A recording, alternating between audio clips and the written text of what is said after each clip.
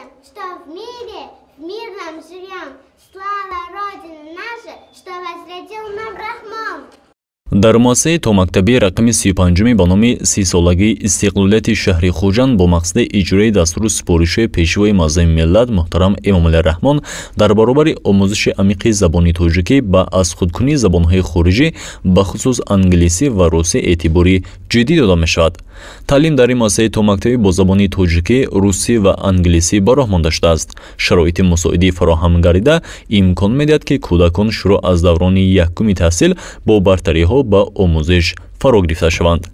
намунаи дарси намунавии ҳамгироии англисӣ ва хориҷӣ дар гурӯҳи омодагӣ ба мактаб аз ҷониби мураббия Марҳабо Орифова ташкил ва гузаронда шуд, ки дар он мудири шӯъбаи маорифи шаҳри Хуҷанд Муҳайё Акмалхӯҷаева ва мутахассисони соҳа иштирок намуданд.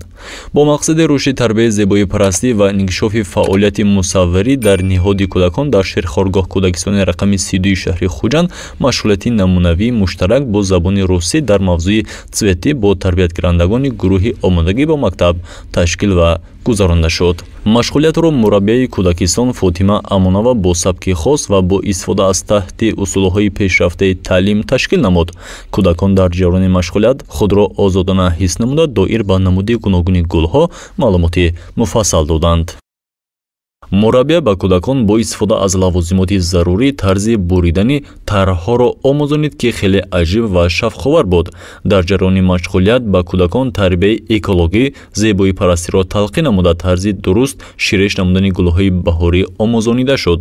кӯдакон ба гурӯҳҳое тақсим шуда тарзи гулмонӣ, расмкашӣ, суробсозӣ ва пайвастаноиро омӯхтанд. машғулият хеле ҷолиб ва худирмон сурат гирифт ва аз тарафи намояндаи шӯъбаи маориф баҳои баланд дода шуд.